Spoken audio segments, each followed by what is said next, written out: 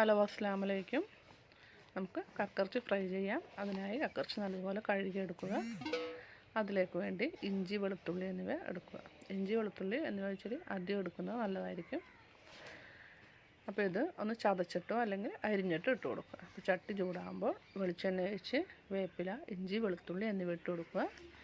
അതുപോലെ തന്നെ കുറച്ച് മഞ്ഞൾപ്പൊടിയും ആവശ്യത്തിന് മുളക് പൊടിയും ചേർത്ത് കൊടുക്കുക.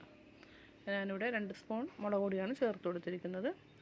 അതൊന്ന് ഇളക്കിയ ശേഷം ഗ്യാസ് സിമ്മിലായിരിക്കണം. അതൊന്ന് ഇളക്കിയ ശേഷം അതിനകത്തേക്ക് കഴുകി വെച്ച കക്കയിറച്ചി അതുപോലെ പിഴിഞ്ഞ് ഇട്ട് കൊടുക്കുക. ഇനി ഇതിലേക്ക് ആവശ്യത്തിന് ഉപ്പ് കൂടി ചേർത്ത് മൂടി വെച്ച് വേവിക്കണം. വേണമെങ്കിൽ കുറച്ച് വെളിച്ചെണ്ണ കൂടി ഒഴിച്ചു കൊടുക്കുക. ഇതിനകത്തേക്ക് വെള്ളം ഒഴിക്കാൻ പാടില്ല. സിമ്മിലിട്ട് ഇത് മൂടി വെച്ച് വേവിച്ചെടുക്കുക.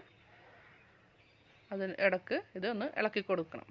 ഇടയ്ക്കിടയ്ക്കൊന്ന് ഇളക്കി കൊടുക്കണം. അപ്പോൾ കുറച്ച് സമയത്തിന് ഇത്